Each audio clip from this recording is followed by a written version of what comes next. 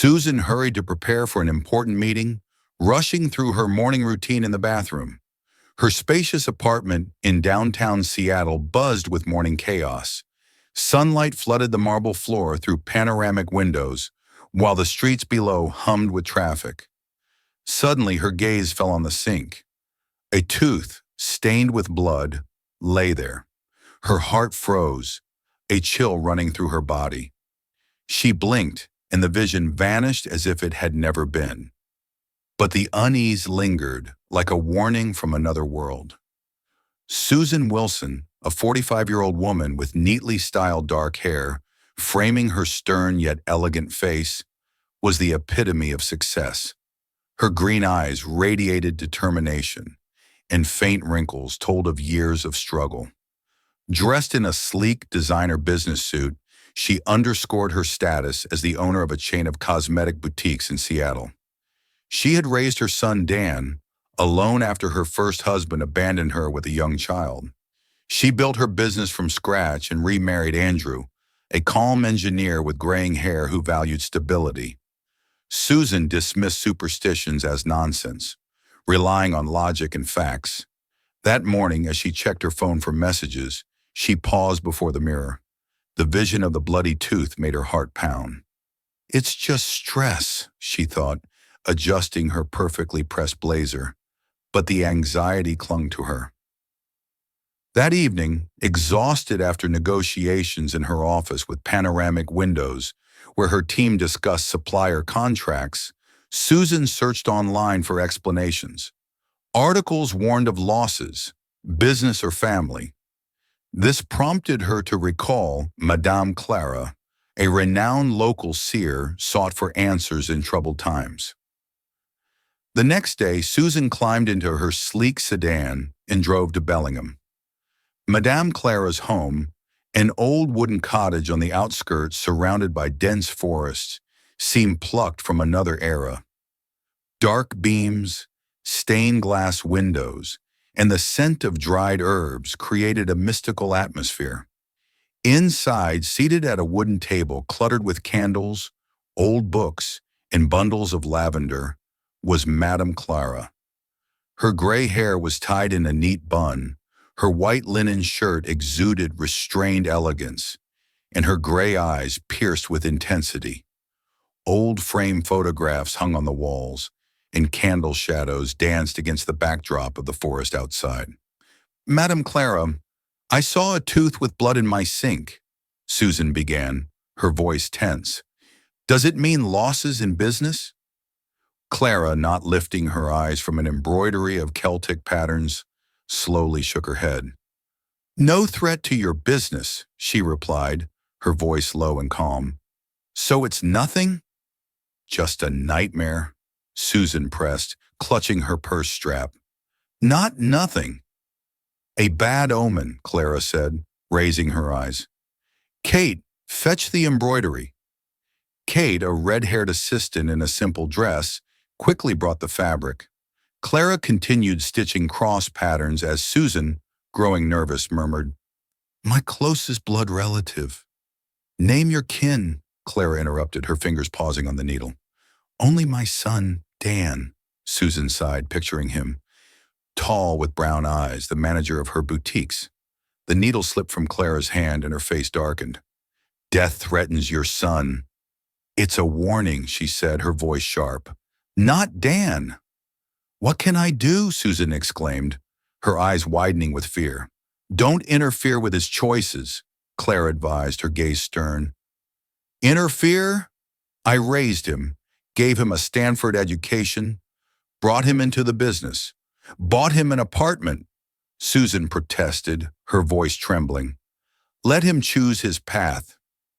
Otherwise, you won't avert disaster," Clara insisted, her words sounding like a verdict. Susan returned home, but the anxiety gnawed at her like an invisible beast. Dan wasn't answering her calls, which only heightened her worry.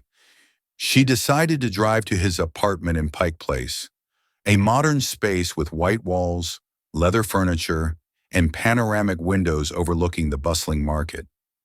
Using her own keys, she stepped inside. In the living room, cluttered with moving boxes, stood a slender blonde with a butterfly tattoo on her wrist, packing clothes into a suitcase. Her blue eyes flashed with surprise when she noticed Susan. "Who are you?" Susan demanded, her voice sharp, brows furrowing with suspicion. She gripped her purse, feeling her pulse quicken. The woman straightened, her long hair swaying slightly, and responded with a faint smile but a firm tone. "And who are you?" "I live here. This is my apartment." Susan felt blood rush to her face. Her voice grew louder, trembling with indignation. "Your apartment? This is my son Dan's place. Get out, or I'll call the police." The woman didn't flinch, her eyes narrowing, but she remained calm, placing her hands on her hips. "The police? Fine, let's call them," she said, her voice even but with a hint of defiance. "But first, put back the things you're holding." "They belong to my fiancé." "Fiancé?" Susan nearly choked with outrage, her fingers tightening on her purse strap. "Those are my son Dan Wilson's things." The woman suddenly smiled, her face softening, though a spark of irony flickered in her eyes. "Oh, you're Dan's mom," she said, extending her hand. "Let's introduce ourselves." "I'm Emily." His fiancée Susan froze, her eyes widening in shock. She didn't take the hand, her gaze scanning Emily as if searching for deceit. Finally, she managed, "Fiancé? Dan's my son, and he didn't tell me about you." Emily calmly pulled out her phone, opened a photo of a document, and handed it to Susan. Her voice was confident, but carried a touch of warmth. "Here's our marriage application," she explained. "We filed it 2 weeks ago. In a week and a half, we'll be married, and I'll be Emily Wilson." Susan felt the ground slip beneath her. She took the phone, her fingers trembling as she examined the document. It was real, complete with stamps and signatures. Her voice grew quieter, laced with pain. "Why didn't Dan tell me? Why did he keep this from me?" Emily sighed, her face showing sympathy, but she held her ground. "He wanted to tell you in person," she replied, "but you were in Miami for business meetings. He was waiting for you to return to explain everything." Susan pursed her lips, her eyes narrowing with suspicion. She scanned Emily, lingering on the tattoo. "Do you have a criminal record?" she asked sharply, her voice cold as if interrogating a suspect. Emily laughed, her laughter light but tinged with irritation. She tossed her hair back and shook her head. "A criminal record?" "No, Susan. I'm an administrator at a tattoo parlor downtown," she replied. "This tattoo? Just a design I love." "No crimes." Susan didn't relent, her voice pressing as if searching for a flaw. "Are you pregnant?" she asked, her brows rising, her gaze sharpening. Emily leaned forward slightly, her voice firm but composed. "No, I'm not pregnant," she answered, "but Dan and I are planning a family. First, we want to sell this apartment and buy a house closer to downtown." Susan felt anger boil in her chest. Her face flushed. She turned abruptly and stormed out, slamming the door. She drove to Victoria's, whose Capitol Hill apartment radiated coziness, filled with old vinyl records and family photos. Victoria, Susan's friend and peer, had short blonde hair and kind brown eyes that hid a wealth of life experience. Her Capitol Hill apartment, in a historic building with high ceilings, was cluttered with books, old records, and family photos.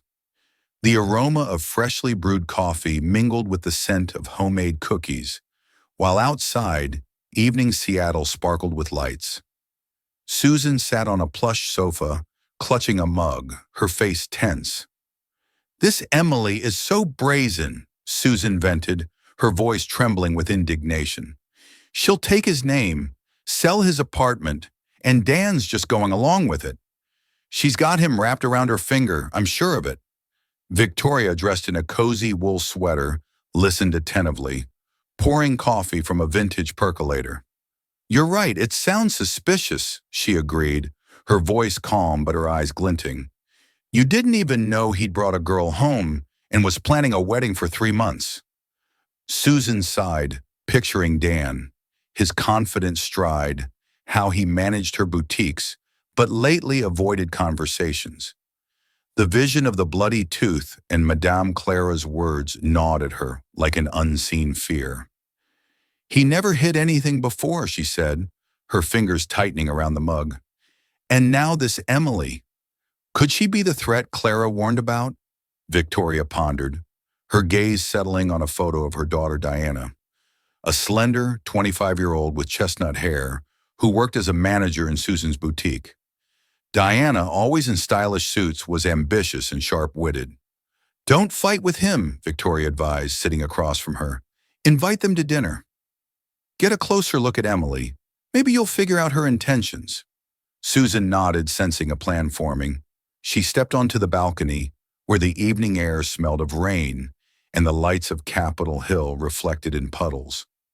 Her sleek sedan waited below, ready for new maneuvers. She dialed Dan's number, trying to sound warm. Hey, sweetie, she said, pressing the phone to her ear. Come over with Emily for dinner at our place.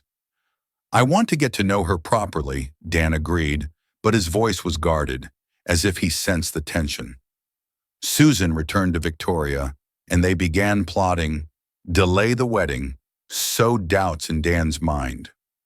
Victoria, with her experience in family dramas, knew how to manipulate emotions.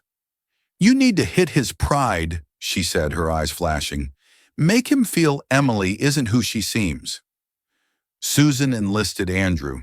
They sat in their dining room, where a crystal chandelier cast soft light on a table set with porcelain dishes. Susan was preparing dinner, roasted turkey with cranberry sauce, mashed potatoes, the aroma filling the house. Andrew, a tall man with graying hair, dressed in a reserved shirt, looked weary after a long day. Andrew, talk to Dan, Susan urged, chopping vegetables. Tell him about your friend whose wife took his house and won alimony in court. Andrew shook his head, his wrinkles deepening with frustration. You're going too far, Susan, he said quietly. But fine, I'll talk to him. Still, Dan's not a kid. Maybe let him decide for himself. You say that because you're not his real father, Susan snapped, her green eyes blazing with anger. I raised him alone, stayed up nights to give him everything. Education, business, an apartment in Pike Place. Let some girl use him? I won't allow it. Aren't you afraid of ruining his life? Andrew asked softly, his voice heavy with concern.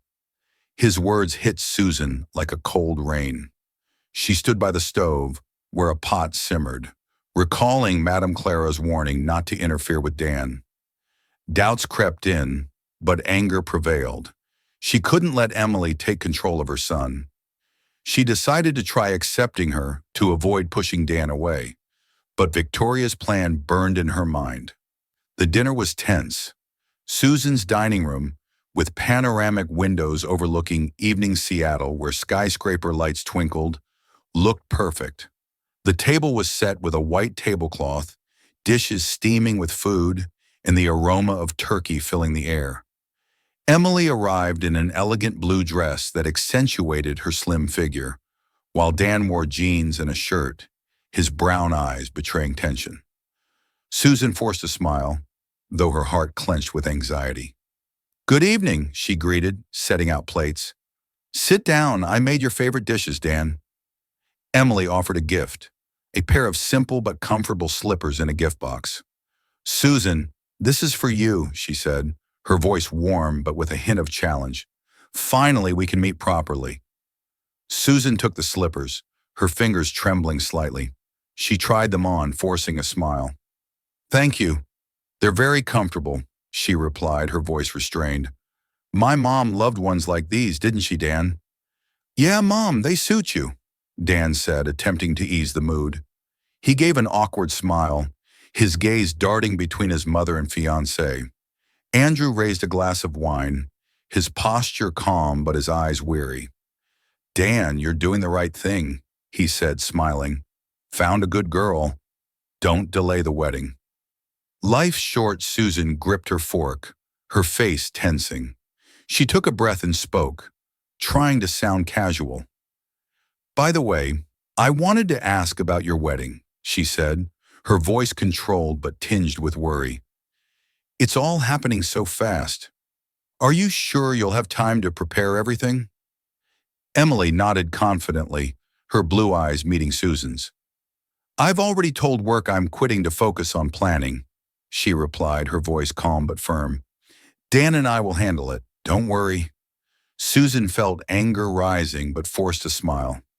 "Dan, you didn't tell me about your plans," she said, turning to her son, her voice softening, but her eyes glinting with suspicion. "I have a business trip to Miami soon. Maybe you should postpone the wedding so I can be there?" Emily leaned forward, her brows rising in surprise, her voice sharpening. "Postpone the wedding?" she echoed, disbelief in her tone. "We've already paid a deposit for the venue and booked a honeymoon trip. Maybe you could cancel your trip, Susan?" Susan felt blood rush to her face. Her fingers tightened around the fork, her voice rising with offense. "So you've decided everything without me?" she said, her eyes narrowing. "Does my opinion mean nothing?" Dan sighed, his brown eyes weary from the conflict. He set down his fork and rubbed his temples. "Mom, please calm down," he said quietly, with a hint of irritation. "Emily and I discussed everything, but you're my only mom, and I don't want to upset you." Emily stood abruptly, her cheeks flushing, her voice trembling with hurt. "Sorry, Susan, but I have a headache," she said, her blue eyes glistening with tears. "I'd better go home." Dan stood too, his face darkening with frustration. He tossed his napkin on the table. "Mom, sorry, but we won't be back," he said sharply, his voice heavy with pain. Suddenly he swayed, his face paling, and he collapsed unconscious. Susan screamed, her hands shaking as she rushed to call an ambulance. The ambulance sped through rainy Seattle, lights blurring in puddles. In the hospital with white walls and the smell of antiseptic, doctors found no cause for the collapse, advising to monitor his blood pressure. Susan sat by Dan's bedside holding his hand, her eyes brimming with tears. She recalled Madame Clara's words and fear gripped her heart. The next day she returned to Madame Clara's house in Bellingham. The wind howled through the forest, candles cast shadows on old photos, and the scent of lavender filled the air. Clara in her white linen shirt sat at the table, her gray eyes stern. "I told you, let your son live," she scolded, her voice firm. "Emily wasn't supposed to meet you so soon. She's not right for Dan." "She's using him," Susan protested, her voice trembling with anger. "Did she bring anything?" Clara asked, her brows rising. "Slippers from the market. A gift for a mother-in-law. Bad luck," Susan exclaimed, her eyes flashing. "She didn't know." "You forced the meeting," Clara said, her voice softening. "Stay away from your son until the wedding, or you'll lose him." Susan didn't believe her, but fear grew like a shadow in her soul. She returned to Victoria to plan how to get rid of Emily. Her car sped through Seattle's rainy streets, a new scheme forming in her mind. Susan sat in Victoria's cozy Capitol Hill apartment, where autumn leaves fell onto wet cobblestones outside, creating a golden red mosaic. The apartment radiated warmth. The scent of herbal tea mingled with old vinyl records on shelves, adding nostalgia. Victoria, in her coffee-colored wool sweater, poured tea into porcelain cups, her kind brown eyes showing sympathy. Susan clutched her cup, her fingers trembling with tension, her face pale after a sleepless night. "I can't let this Emily ruin Dan's life," Susan said, her voice low but filled with desperation. "Maybe there's someone better? Like your Diana?" Victoria smiled, her eyes glinting as she thought of her daughter. Diana, a 25-year-old beauty, with chestnut hair falling in soft waves. Diana, always in impeccable business suits, managed one of Susan's boutiques. Her confidence and sharp mind impressed clients, and her ambition made her an ideal candidate in Susan's eyes. Diana was once in love with Dan, Victoria admitted, sitting across from her, but he never noticed her. She's too serious for him, don't you think? Susan perked up, her green eyes flashing with a new idea. Diana's perfect, smart, beautiful, knows how to run a business, she said, her voice gaining strength. If Dan sees her around, he'll forget Emily. The plan took shape quickly. Bring Dan closer to Diana to make him ditch Emily. Susan drove to Dan's Pike Place apartment, where modern white walls contrasted with the chaos of moving boxes prepared for sale. She knocked, holding a bottle of wine as a pretext for reconciliation. Her heart pounded, but she forced a smile. "Sweetie, I was wrong," Susan began when Dan opened the door, his brown eyes wary. "Emily, I'm sorry for being rude. I just worry about Dan." Emily stood behind him, in jeans and a light sweater, her blonde hair in a messy ponytail. She nodded, but her blue eyes remained guarded. "I understand, Susan," she replied softly. "We just want to be together. We're planning to sell the apartment to start a new life." Susan forced a wider smile, though anger simmered inside. "Wonderful," she said, offering the wine. "Why don't you stay at my place while the realtor finds buyers?" "It's my way of apologizing, Dan," and Emily exchanged glances, and after a brief pause, Dan nodded. "Okay, Mom, we'll think about it," he said, his voice reserved but grateful. Weeks passed. Susan opened a new boutique downtown, a spacious venue with marble floors, bright displays, and shelves lined with perfume bottles glinting under soft lighting. The scent of floral essences mixed with quiet music, creating an air of luxury. Diana was appointed director, her slim figure in a gray suit drawing clients' attention. Susan deliberately asked Dan to help at the boutique, ensuring he spent more time with Diana. She watched as they reviewed reports together, joked, and exchanged glances by the counter. "You two make a great team," Susan said, standing by the display window, where Seattle's evening lights reflected. Her voice was warm, but her eyes closely watched Dan's reaction. That day, Emily appeared unexpectedly at the boutique. Her steps echoed on the marble floor, her face tense. She stopped at the counter where Dan and Diana were reviewing documents, clutching her bag, her blue eyes flashing with irritation. "Dan, I called you 3 times, Emily said, her voice quiet but laced with hurt. "Why aren't you answering?" Dan looked up from the papers, his brows furrowing slightly, but he stayed calm. "Sorry, Emily. My phone's on silent," he replied, setting down his pen. "There's a lot of work here. I didn't notice." Emily crossed her arms, her cheeks flushing slightly. "A lot of work?" she echoed, her voice rising. "I haven't seen you all day, Dan." "You're always here with her." She nodded toward Diana, who stood aside, eyes lowered. Dan sighed, his face darkening with tension. He pushed the papers aside and stood. "Emily, let's not do this now," he said quietly but firmly. "I'm busy." "We'll talk at home." Emily stepped back, her eyes glinting with pain, but she held herself together. "Fine, I'll go," she said, her voice trembling, and she hurried out, her steps echoing in the boutique's silence. Susan, watching from the other end of the room, approached Emily as she paused by a vase of white roses in the corner. Her voice was soft but carried a cunning edge. "Emily, you look upset," Susan began, her green eyes studying the girl closely. "Don't think I'd be happy if you and Dan broke up." "I just want him to be happy." Emily turned, her face pale, her eyes moist with tears. "You're making him work late, Susan," she said, her voice trembling with hurt. "And I saw how Diana looks at him. She's clearly interested." Susan tilted her head, a faint smile curling her lips. "You're mistaken," she replied, her voice calm but manipulative. "Dan said he'd be home by 4, but you say he's not there. I went through this with his father. I waited at home while he was with someone else." Emily froze, her eyes widening in shock. She clenched her fists, fighting back tears. "What should I do?" she asked softly, her voice heavy with despair. Susan placed a hand on Emily's shoulder, her gesture seeming sympathetic, but her eyes gleaming with cunning.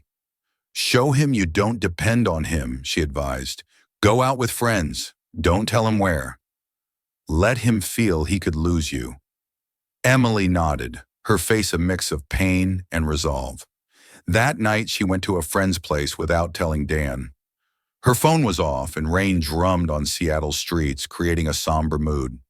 The next morning, Dan, furious at her absence, stormed into Susan's apartment, where they were temporarily staying. His face was dark with anger as he said, "Emily packed her things and left," he said, his voice trembling with irritation. "I don't want to see her again." Susan felt a surge of triumph, but hid her smile, feigning sympathy. "Sweetie, maybe it's for the best," she said, her voice soft, but her eyes gleaming. That evening, Andrew, who had overheard their talks, reached his limit. He stood in the living room packing a suitcase, his gray hair glinting under the chandelier's light. His face was stern, his voice firm. "Susan, you want to protect Dan, but not from Emily. From yourself," he said, zipping the suitcase.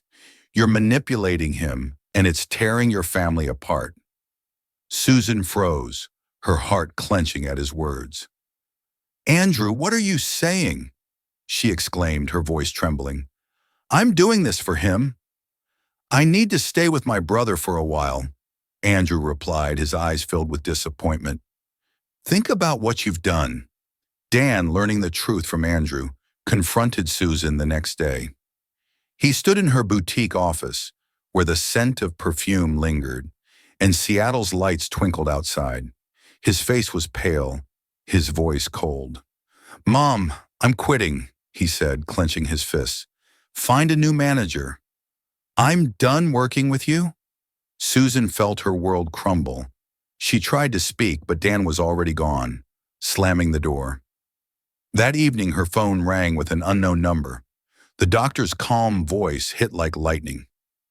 Dan had been in an accident, his car veering off the road in the rainy Seattle night. In the hospital, where antiseptics stung the air and monitors beeped. Dan lay unconscious. His face was pale, and doctors in white coats shook their heads, their prognosis grim. Susan, with disheveled hair and tear-streaked eyes, raced to Madame Clara's house in Bellingham. The wind howled through the forest, candles cast shadows on old photos, and lavender scented the air. Clara, in her white linen shirt, sat at the table, her gray eyes stern. "Save my son," Susan pleaded, her voice breaking with tears. "The doctors say it'll take a miracle." Clara shook her head, her bun of gray hair swaying slightly. "Only love can save him," she said, her voice firm. "Bring Emily. Her heart is the key." "I hurt her. She won't come," Susan confessed, her hands trembling. "Convince her, Susan," Clara warned, her eyes narrowing, "or you'll lose your son forever." Susan sped back to Seattle, her car racing through rainy streets. She found Emily at the train station, where trains hummed and wet asphalt reflected neon lights. Emily stood under an awning, her eyes red from crying, holding a bus ticket to Portland. "Emily, please forgive me," Susan said, her voice thick with remorse. "Dan's in the hospital. He's in bad shape. Only you can save him." Emily froze, her face a mix of pain and anger. She gripped the ticket, her voice trembling. "Forgive you? After everything you've done?" she said, her eyes flashing. "But I love Dan. I'll go to him." She tossed the ticket and ran to a taxi. In the hospital, Emily sat by Dan's bedside, holding his hand. Her presence, filled with love, shifted the room's atmosphere. Dan's breathing steadied, his face slowly regaining color. Doctors, astonished, checked monitors showing improvement. Susan stood in the corner, her eyes brimming with tears.